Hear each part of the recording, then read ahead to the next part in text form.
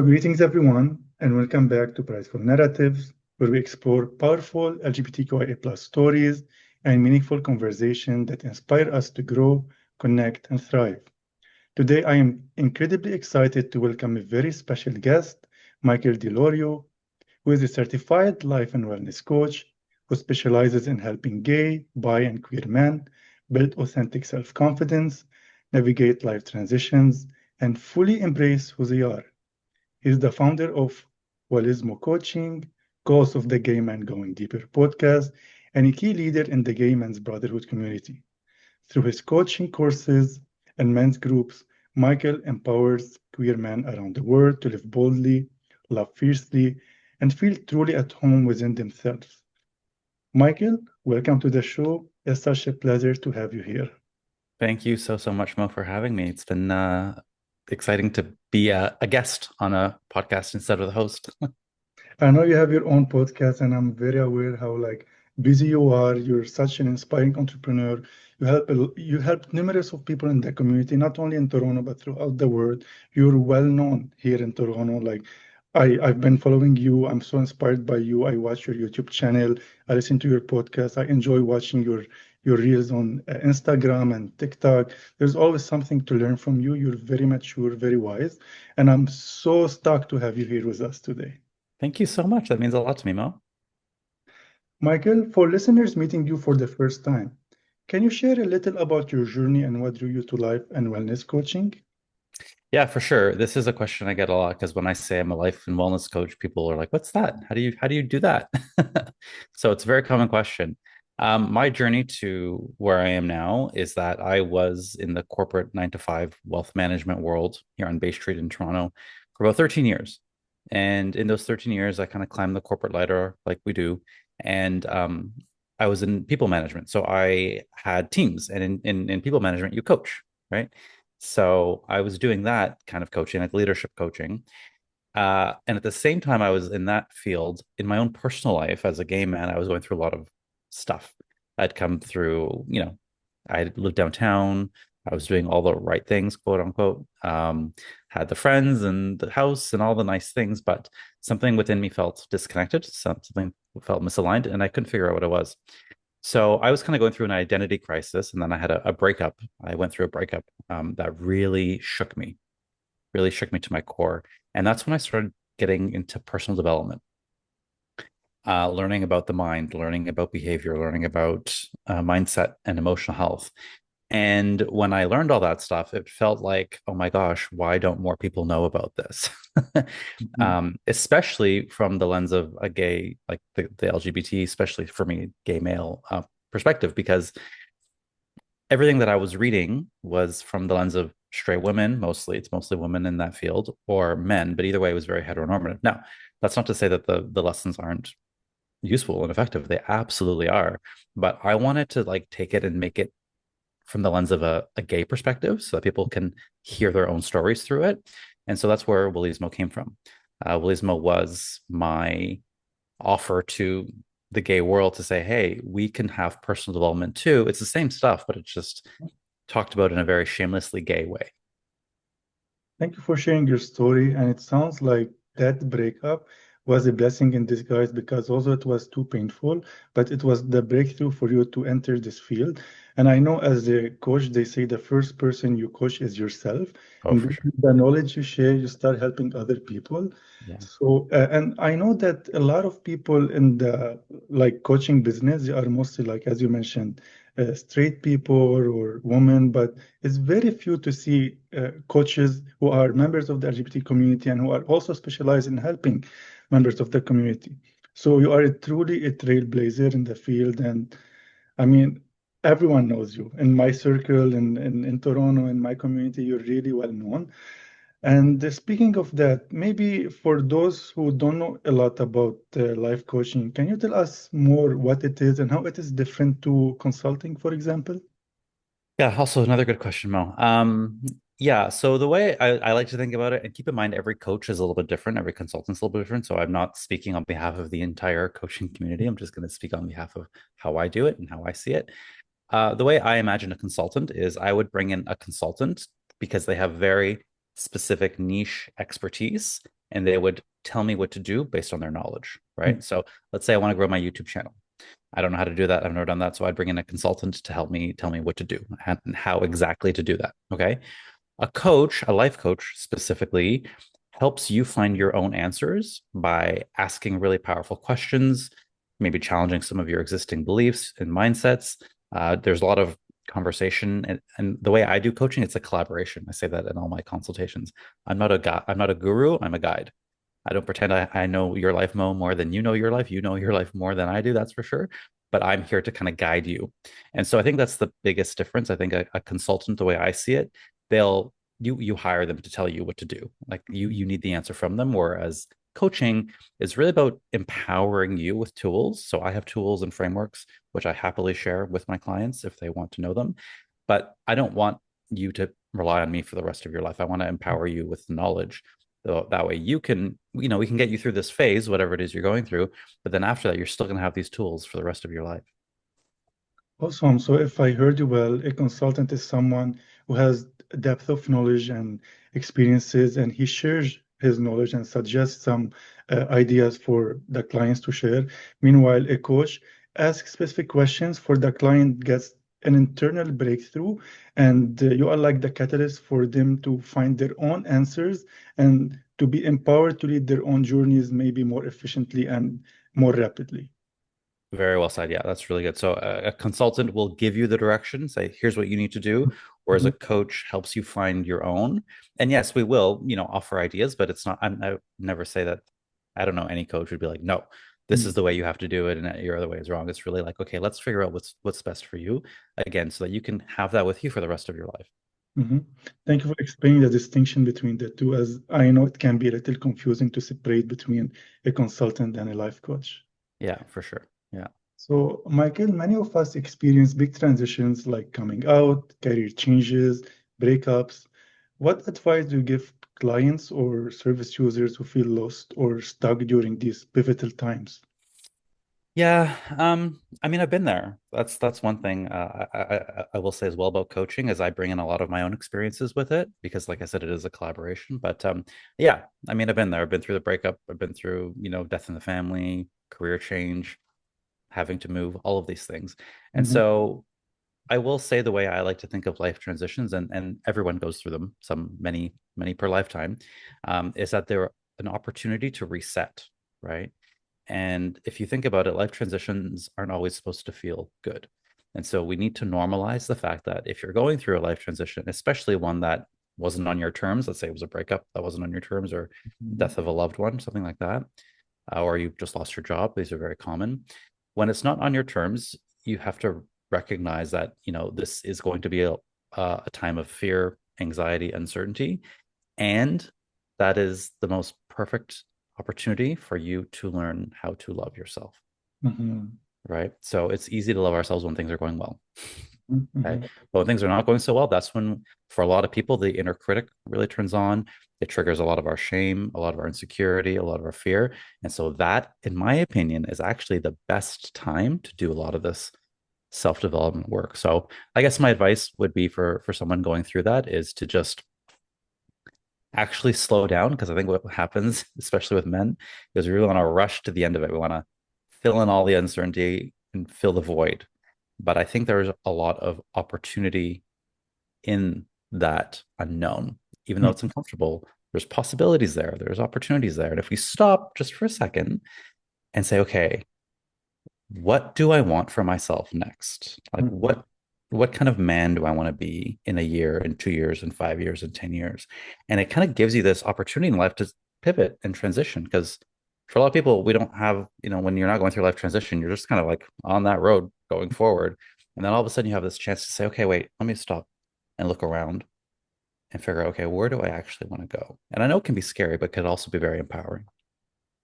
This is very insightful. Like the first time I hear this perspective, but I like this mindset you shared that uh, when you're going through hardships or uncertainties, you are in this fear and survival mode. Yeah. It's a time where you need to actually love yourself even harder, be Yeah. gentler on yourself. And that's how you lead this unconditional self-love. Yeah. So thank you for sharing. It's very powerful. Yeah, and I'll add another thing like similar to that is it's a really good time to get to know who you are. right? Mhm. Because again, when things are going well, it's really easy to love yourself and really easy to know who you are. But when things are, there's a quote, I don't know who it is, something like the character of a man is best described for when he's going through hardship. I don't know, I Mhm. butchered that, but that's a quote somewhere. But I truly believe that, Mo. I do think when you're going through these hardest times is when you really determine who you are as a man, as a human, right? Your values, what's really important to you, not just your goals for life, but like the who you are and who you want to become. Exactly. It shows the authentic self because when we are dealing with a breakup, we are having a loss of identity because before I was a partner, I was a boyfriend. Now, who am I? Or when I am in a career, let's say, I don't know, I'm an engineer and I lost my job. Am I still an engineer? Am I still this software engineer in this company? Or who am I really? So we know like identity is intersectional, but we're losing some parts of it, and this leads to some introspection and to find the light within. So, totally well said. Yeah, yeah, it forces you to go deeper, which I think is always a good thing. Mhm. Yeah. You're a leader in gay men's brotherhood community. How important is it for queer men to find and belong to supportive communities? Yeah, I think it's very important, not just for queer men, but for people in general. Like we are a human species, we are a social species. So whatever community you feel you belong to, I think it's important, community in general. But specifically for gay, bi, queer men, I think we have our own niche. We have our own, culture, if you want to call it that. And a lot of gay men, unfortunately, have trauma around belonging and Mhm. fear of rejection. A lot of people do. And that's just the nature of being gay in a straight world, Mhm. right? We do not belong. We were conditioned, and society tells us that we don't belong, even though we might have family and friends, and some people would say that we do belong. Our society is not built for us, truly, Mhm. Mhm. right? So that there is a lot of trauma around there, and I think that when you have that sense of community, and don't forget, community doesn't have to be this big grand thing. It could just be like a couple people that you feel very close to. I think it really helps people feel seen, which we all want to feel seen, don't we? Feel Mhm. heard, feel understood. And in those spaces, I think there's a couple things that happen. One, the most important one, I think, is that you realize you're not alone, right? So as gay men, we all have a lot of similarities. At some point, we all realize, hey, wait a minute, I'm not like the other kids here. Something's different about me. And then we probably carried that secret for a long time. And Mhm. that had a psychological effect on us, whether we knew it or not. Mhm. And then at some point we had to come out, and that was very scary. And like all of these things are commonalities that we have. So it's really nice to hear other people's stories. That's one thing I'll say about men's groups and communities is I love hearing other people's stories because they're so interesting to me, and they're so different yet so similar in the same way. So I do think it helps us. And in this day and age, Mo, Mhm. social media, a lot of virtual apps, Mhm. people connecting, I'm using air quotes on, Grinder.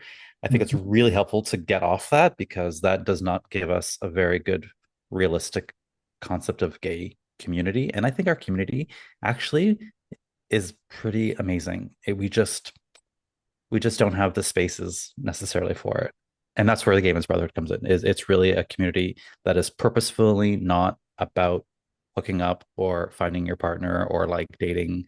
We have a lot of boundaries around there so that people can actually connect as men, as humans, without it being about sex all the time. Mhm. So for those who are wondering, I'll also be adding the link to the Gays Men's Brotherhood community in the description below. Yeah. And I second what you said because we are an extraordinary community. We're very vibrant. We're amazing in our own unique ways. We are gifted. And sometimes we need this community to acknowledge us, to validate us, to share our similar experiences, to help us heal and move on. And you mentioned something that unfortunately, a lot of us do have some traumas because we might face rejection. We have fear of coming out. Uh, we fake our persona in order to survive in communities where it's not safe enough to be your true authentic self. So, having said that, Michael, in your coaching, do you notice common emotional wounds among gay, bi, and queer men that you coach, and how can we start healing them? Ooh, what a loaded question. How much time do we have? A lot to unpack, I know. Yeah, I know it is a lot, but anyone who listens to the podcast, Gaming Going Deeper, and probably your podcast as well, there is a lot there around shame. Mm-hmm. And it's not easy to recognize shame because we don't say, oh, most people I think don't know what shame feels like or sounds like in their mind or looks like, right? But it's there for a lot of people. And that could be insecurity. Shame is basically not feeling good enough. Mm-hmm. It's just feeling that they're at the core, there's something about me that is broken, that is not good enough. That's what it is. And that a lot of people don't know they have that or they can't name it. And when you can't name it, it takes over. That was my story. I Mm-hmm. didn't realize I had a lot of shame. And it was like now looking back at my 20s, especially, I was like, oh my gosh, I was just taking all my insecurity out on everybody else and projecting it on all my relationships and everything. And my life was a mess. But yeah, I would say that's probably the biggest one, but it's not, I don't think it's our fault. Again, we are gay, gay men, gay, bi, queer, however you want to identify, in a very predominantly straight world that was not ready for us or that is not ready for us and that does not even today, I hate to say this, does not accept us. I know in Toronto here in the village we live in a bit of a bubble, but Mm-hmm. really it's not safe for most people out there in the world. Thank you, Michael, for sharing your journey and being vulnerable and talking about shame. I mean, at a certain point, we all had this feeling that we're not worthy, we're not worthy of love. So that's why maybe we're attracted to some toxic relationships that reinforce or mirror these thoughts and beliefs in our subconscious. And shame is like a very powerful feeling that is a low vibration and it leads to some bad behaviors. So perhaps you mentioned shame. So how do you help your clients work through internalized shame and to fully embrace who they are? Yeah, I think there's a few ones. One is what I had said is recognizing it because you can't fix something if you can't name it and recognize it, how it's showing up in your life. And once you recognize, oh, that's shame that's doing this to me, or that's causing me to behave in this way, it's all because of my own insecurity, my own shame. Like that really, I know it's a cliche, but that truly is half the battle, is just recognizing what it is and what it looks like for you. The next part of it is from our last question, recognizing that you're not the only one, right? And that you're not broken, actually. A lot of people have to deal with shame. And the gay version of it is a little bit different than others, but talking about it openly with someone like me, a professional, or even just other people in your life who you feel you can trust. Mhm. Like it's like I'll show you my shame and you show me your shame. And then all of a sudden our shame starts to disintegrate because it does not like being talked about. Shame likes being hidden away in secrecy in like the dark corners of our mind and our heart. So, community helps, talking to people helps, naming it helps, and then building other stories, like building new stories that are not the limiting beliefs like I'm not good enough, or I'll never be good enough, or I'll never be man enough, or whatever your story is. We all have something smart enough, hot enough. We all Mhm. have something. So yeah, there's a lot of things we can do. The good thing is, yes, there is a lot of things that we can do to heal shame. You shared very effective ways to dissolving the shame that we feel, especially the internalized shame that a lot of members of the community Yeah. uh, feel and share. And I also love what you mentioned that you need to label, like you need to be aware of it and label it in order to change it because you cannot change something you're not aware of. So that's also a very powerful statement, Michael. And it's not just shame, I will say as well. That's probably the biggest one, but it's really important to have emotional literacy. Hmm. So to be able to name all your emotions, right? Oh, I'm feeling afraid right now. Okay, that's what this is. Or I'm feeling anxious, or I'm feeling frustrated. I Hmm. feel like, especially men, we have a very limited vocabulary for our emotions. It's Hmm. like good, bad, happy, sad Hmm. for a lot of people. And what I help clients do is broaden that perspective. So there's so many more different emotions that we're working with. And then again, when you can name them and you can understand why they're there and what they're trying to tell you, because emotions are messengers, they're just trying to tell you something, then you can work with them instead of trying to numb them Hmm. or suppress them, which is what most people do on automatic mode. Is like, I don't want to feel this way, so I'm going to go have a bottle of tequila, or I don't want to feel this way, so I'm going to go pop on my grinder or something, right?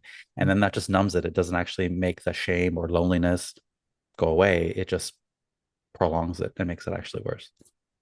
Exactly. When you suppress your feelings, you are halting the progress of healing. It's actually being stored in your body. And one of my favorite books that I keep mentioning in my podcast is The Body Keeps Its Score, because when you're numbing these feelings, you're suppressing them, they will manifest in your body as like tension in your neck, in your shoulders, some upset stomach, or some actually a lot of illnesses that the research is showing the root cause of it is stress and bottled up emotions.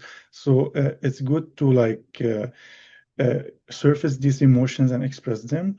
Unfortunately, the heteronormative style always pushes men to not express enough their feelings. Men don't cry, and men should act this way, and men should be tough. So I'm glad to hear that you're also supporting the community to be vulnerable and to be expressive and to label how they are feeling and Mhm. to expand their vocabulary of emotions, as you mentioned. This Yeah. is really like the one of the first steps to healing. Yeah, and I think anyone who listens to the podcast, my co-host Matt and all the guests that we have, that is one of the goals is to normalize. Like we'll openly talk about our Mhm, loneliness, about our grief, or about our fears very openly. I think we have to normalize these things because you're not broken just because you're feeling afraid or anxious or lonely. mhm, You're mhm, just a human, and that's a beautiful thing. And again, when you name it, you can start saying, okay, I'm feeling lonely. mhm, What can I actually do about this? Not I'm feeling lonely again, let me go hide away from my loneliness, and that just makes it worse. mhm. Yeah. So you did mention about the podcast, you're the co-host of the game and going deeper, and you already touched base a little bit about the kind of conversations you discuss, mainly about like sharing how you're feeling. So can you tell us more what kind of conversation do you have there, and how has that experience shaped your own personal growth? I I know I'm biased, but I love our podcast. I famously I've I talked totally about this. do it. I say this story of the podcast all the time. I didn't want to do it. When we first came up with this idea, I was like, hell no, absolutely not, no way. I do not want to be. It was imposter syndrome, it was fear, it was all of my stuff came up, my fear of visibility, Mhm, fear of being judged, all that. And but then I know myself and I'm like, oh, that's how I know I have to do it because I'm afraid of it, mhm, which means it's what I have to do. Okay, so to answer your question, yeah, it has actually mirrored my journey. mhm, So I mean, it's been what 3 4 years now with this podcast. We're at 250 episodes about, and you can see, you can hear, you can people who listen to it from the beginning can follow along my own path, my own journey. And I was single, then I had a partner, then I broke up with a partner. I was starting a business, now my business is going well, and I had moved twice, and I had traveled, and it has been almost like a recollection, like a time capsule of my own development, because I talk very openly about what I'm going through and what's happening in my life. mhm, mhm. Um, and so the first part of your question was, what kinds of conversations do we have? Is that right? Yeah. Yeah. Like this. It feels like this, honestly, Mo. It's very much very similar to this. It's we talk about personal development, mental health. We do talk about sex and sexuality, for sure, because it's a legitimate part of our experience. But we kind of do it in a way, at least our goal is that we do it in a way that's not just the usual way, like, oh yeah, that guy's so hot and all these things. I mean, we do that, of course, but we do always try to go deeper. The podcast is called Gay Men Going Deeper. And so, Mhm, sure, we can start surface level. That's fine. We love the surface level, all that good stuff. Great.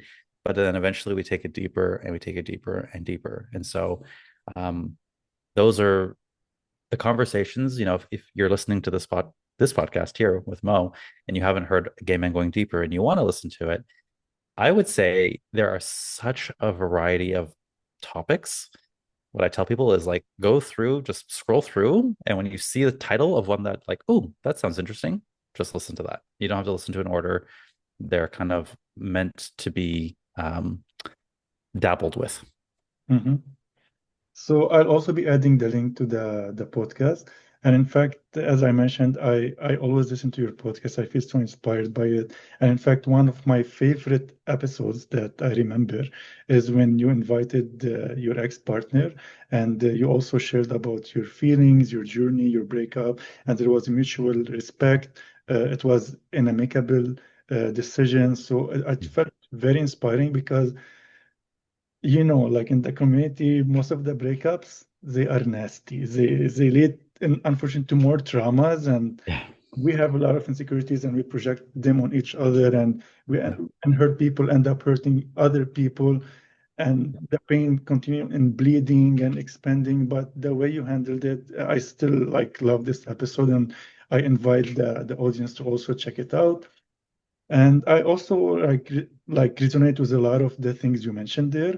And I also agree with the imposter syndrome sometimes, because we are high achievers and we start doubting ourselves. Am I doing enough? Am I capable? Can I do this? I'm already doing a lot. I have so much on my plate, but I have to say you're doing an amazing job. You're inspiring so many people, including myself, and I hope you keep it up. You mentioned 250 episodes, and Yeah. hopefully will grow and reach thousands of episodes, and you continue inspiring more and more people, Michael. Thank you. Yeah. One thing I love, the episodes I love are the ones that people don't, the topics that most people want to avoid are the ones I love talking about. And that's just a me thing. Like I've always been one not to shy away from a hard conversation. Case in point, the one with, my ex, where we talked about the breakup. They're live. So the topics that we tend to avoid, vulnerability, um, sex, even loneliness, uh, that those are sometimes my favorite. Again, just because to me, it almost seems like you're shining this light, like shining a spotlight on this closet, on this dark closet, and it's so relieving to me. It's like, let's just get this out in the open and talk about it. And I think, the feedback I get, and thank you by the way, is that it feels very relatable and it resonates with people. Like, oh my gosh, when you said that I felt that so deeply, or I've always thought that, but you actually said it out loud. Like that's kind of what I want people to get out of this podcast is you're not alone. Yeah. Thank you for sharing, Michael.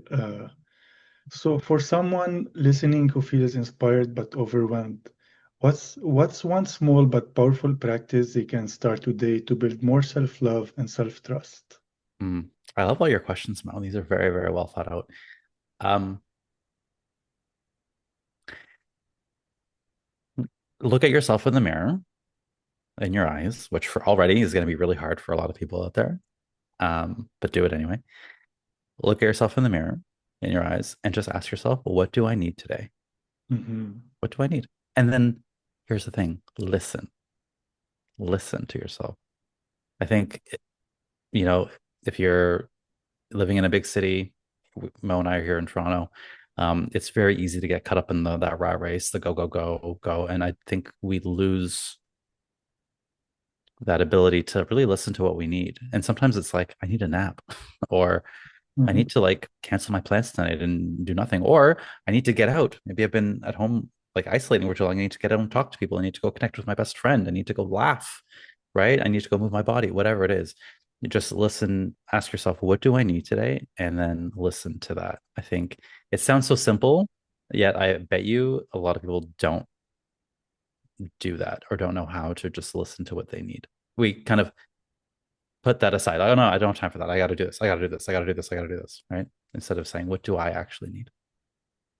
This is a very deep yet powerful advice, looking yourself in the mirror, because sometimes, especially in the community, a lot of us have this perfect idea of how our body should be. This like we some have a lot of us have body dysmorphia, and we have these very strict standards that we need to reach. I know many people who are literally fit, and they keep saying, "I'm not happy with my body. I feel like not enough."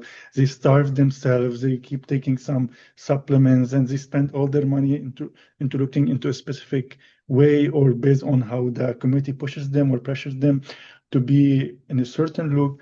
So it's very powerful to look yourself in the mirror, as you mentioned, and to love yourself unconditionally as you are, without trying to alter yourself or change or based on or adapt based on any like peer pressure.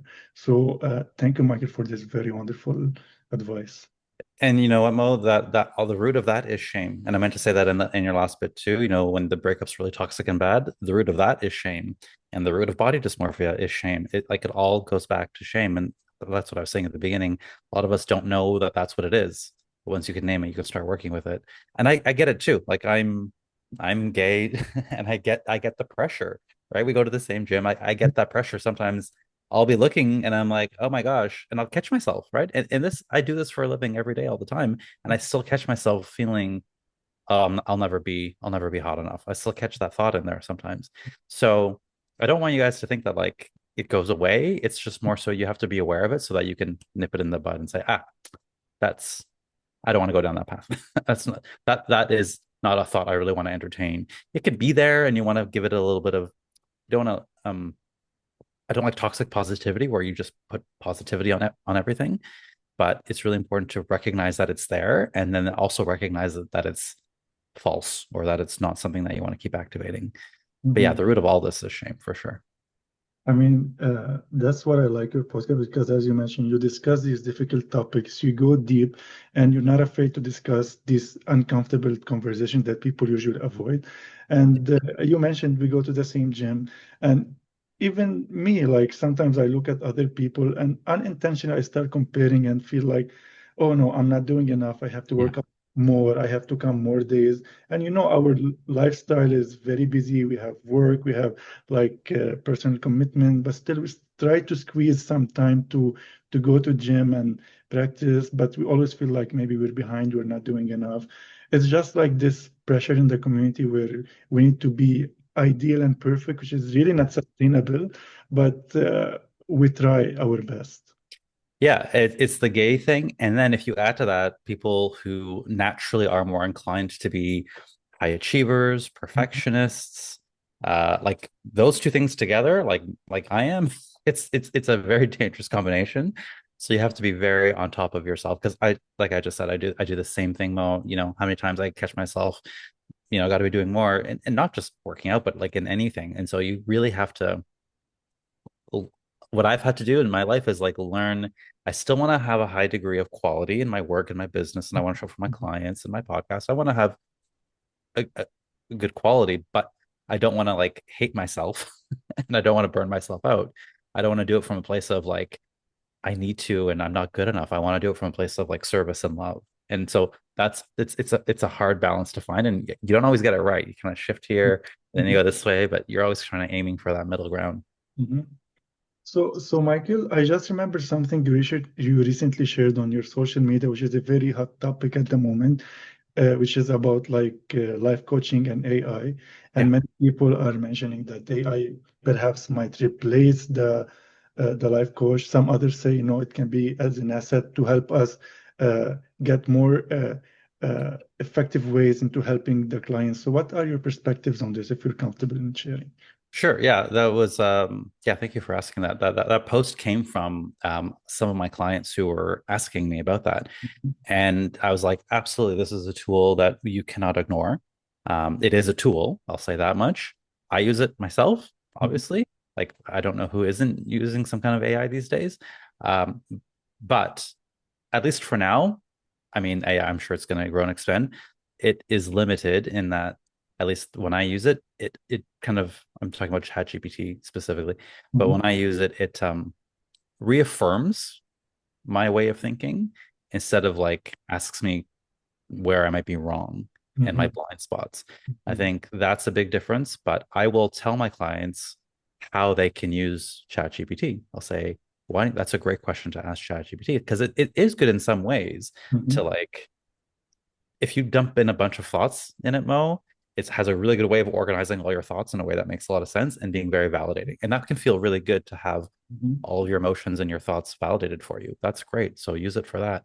But where I find it falls short is those blind spots because it doesn't know necessarily what questions to ask. Or sometimes when I'm coaching, it's what they're not saying Mhm. is where I need to go, right? So again, maybe this will change in the future, but that's one big one. And obviously, the most important one I think is the human connection, right? Mhm. If you and I are talking, you know that I'm a human with a story, and that you can find a lot of comfort and relatability in that and resonance in it. And I think there's just something beautiful about two humans Mhm. like taking down their wall and like sharing vulnerability and having that moment of connection, which AI can say the right words, but it doesn't actually have that Mhm. humanness, clearly. This is a beautiful insight you shared, Michael. I know a lot of people prefer the one-on-one human connection, and like I love AI. It's a powerful tool, and it can leverage your work in a lot of ways. But some things AI just can't do. It cannot match the human experience, and perhaps it can ask the good questions for you to reflect, but it cannot hold you accountable. And sometimes you might just read without having enough time to reflect and think and get the guidance from the course. So thank you for sharing this perspective. But yeah, I mean, use it. I think it's a great tool. It's accessible. You could use it 24/7 whenever you want. So I do recommend it. But you know what I do with my clients is I'll say to them, here's some things that you can go talk to ChatGPT about in our off time. Go journal about it, go reflect on it, and then bring it back to our session. Then we can talk about it. And it actually makes our sessions a bit richer because they will have some of their own aha moments. And then Mhm. they'll want to tell me, like, oh my gosh, guess what I just learned about myself or this. And then we'll talk about it. And so I think they can complement each other really, really well. This is brilliant, Michael. I'm sure your clients really appreciate you. Yeah. Thank you. Yeah. Awesome. So I'm gonna wrap it with this final question. Sure. So, Michael, for those who feel inspired and want to connect with you, join one of your groups or learn more, where's the best place to find you? The one-stop shop is going to be my website, www.wellismo.com, Wellismo. You're going to put it in the show notes. I will, definitely. If you're an Instagram person, you can follow me on Instagram. It's Wellismo_coach. All of the events that we have within the Gaiman's Brotherhood, that's in the Facebook group. So Facebook and then Gaiman's Brotherhood is the group. We have events every week, every Thursday. We have something going on. And then the podcast is a weekly podcast called Gaming Going Deeper, and that is on any and all podcast providers, or you could watch us on YouTube, Gaming Going Deeper. But if you want the one-stop shop, my website has all of that. And I would say to get on my email list as well, because um, I email my subscribers. I call them love letters every Friday with some of my favorite little juicy tidbits, kind of what's going on in my own life and how I'm coaching myself, and also exclusive offers for programs that I'm running. Thank you, Michael, for sharing. I'll definitely add all these resources in the description below for our audience to connect with you. And I wanted to once again thank you for your time, for all the wisdom that you have shared with us. It's been an absolute pleasure to connect with you. I know how busy you are. You're such a brilliant and inspiring entrepreneur. And I feel so honored and privileged that you took the time to be at Prideful Narratives. It means a lot to me, and I'm sure I'll see you around in the neighborhood or in the gym. Yeah. And happy late birthday as well. I know it was your birthday weekend on the 27th. And may you continue helping and inspiring and empowering the LGBT community and making the world a better place every day. Yeah, thank you, Mo. And thank you for this podcast, Prideful Narratives. It's really nice to have these stories, queer stories, uplifted and put out there in the gay community. I think we need it. I think it's inspiring. And I think for anyone who's like, oh, gay culture is so bad or so negative, I think this podcast shows that, hey, there's a lot of really smart, insightful, creative, amazing people out there. So thank you for promoting those voices. It means a lot coming from you. Thank you so much. Thank you. Awesome. So thank you, Michael. And for the audience, hopefully I see you in the upcoming episodes. Stay tuned and take care of yourselves. Make sure to continue living authentically. You are resilient people, lovely souls, and may you keep being inspired and empowering the world every day. Take care, everyone.